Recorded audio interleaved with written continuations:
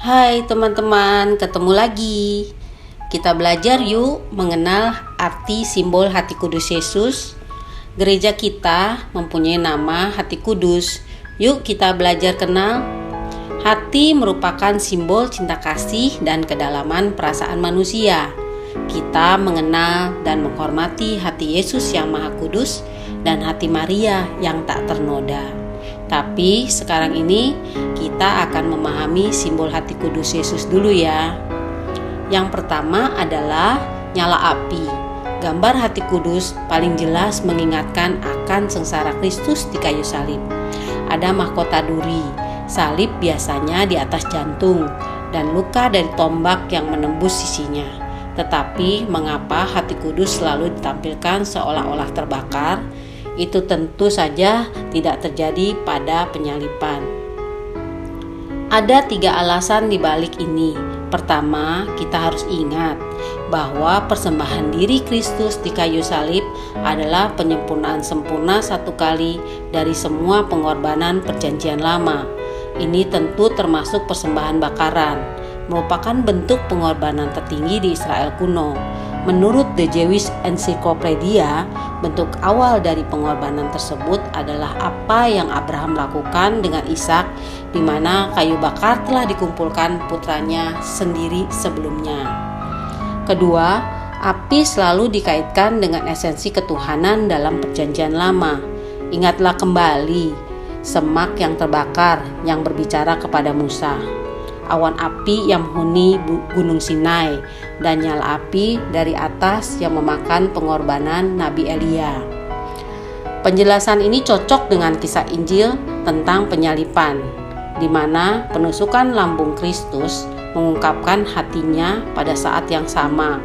Lalu ketika tirai bait suci terbelah, menyingkapkan tempat kudus, dan tempat kudus adalah tempat Allah hadir. Ketiga, gambar api yang terkait dengan hati kudus melambangkan kasih Kristus yang penuh kasih untuk kita. Salah satu seruan tradisional yang berbunyi, hati kudus Yesus membakar kita dengan cinta, mengobarkan hati kita dengan cintamu. Kita melihat ini benar-benar terjadi dalam Injil, di mana para murid di jalan menuju Emmaus menyadari bahwa hati mereka telah terbakar setelah pertemuan mereka dengan Yesus.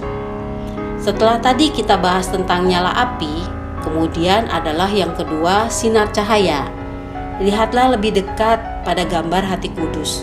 Ada sesuatu yang lain selain bingkai api. Ini adalah sinar cahaya. Dalam Yohanes 8 ayat 12, Kristus menyatakan bahwa Dia adalah terang dunia. Dalam Wahyu 21 ayat 23, kita diberitahu bahwa di Yerusalem yang baru, di akhir zaman, tidak akan ada cahaya dari matahari atau bulan, karena anak domba Allah yaitu Yesus akan menjadi sumber cahayanya. Cahaya seperti api adalah simbol keilahian. Pikirkanlah peristiwa transfigurasi dan cahaya menyilaukan yang Paulus alami di jalan menuju Damaskus. Sebagai terang dunia, Kristus juga adalah pribadi yang menerangi kita, menyatakan Allah kepada kita.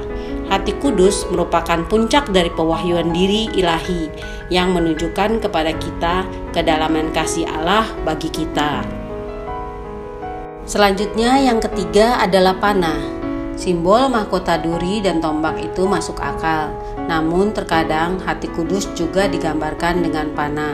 Sekali lagi, simbol ini bukan sesuatu yang kita temukan dalam Injil. Satu penjelasan adalah bahwa panah mewakili dosa.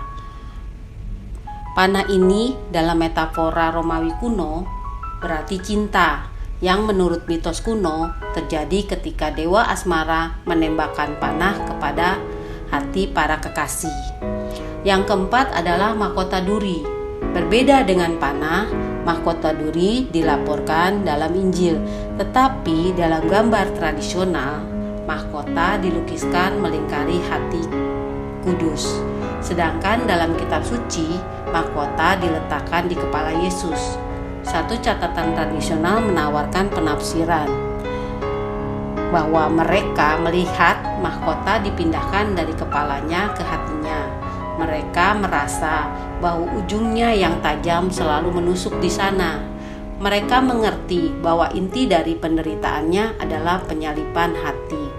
Di dalam buku The Heart of the Gospel, ciri-ciri hati kudus digambarkan oleh Pastor Prancis Patrick Donnelly yang diterbitkan pada tahun 1911 oleh Kerasulan Doa.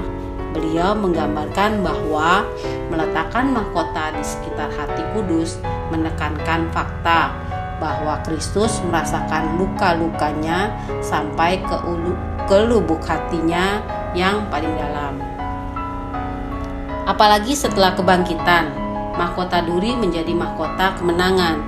Pastor Donnelly juga mengisyaratkan hal ini dari senjata musuhnya, dari salib dan mahkota, dan hati yang terbuka adalah saksi terbaik dari kasihnya.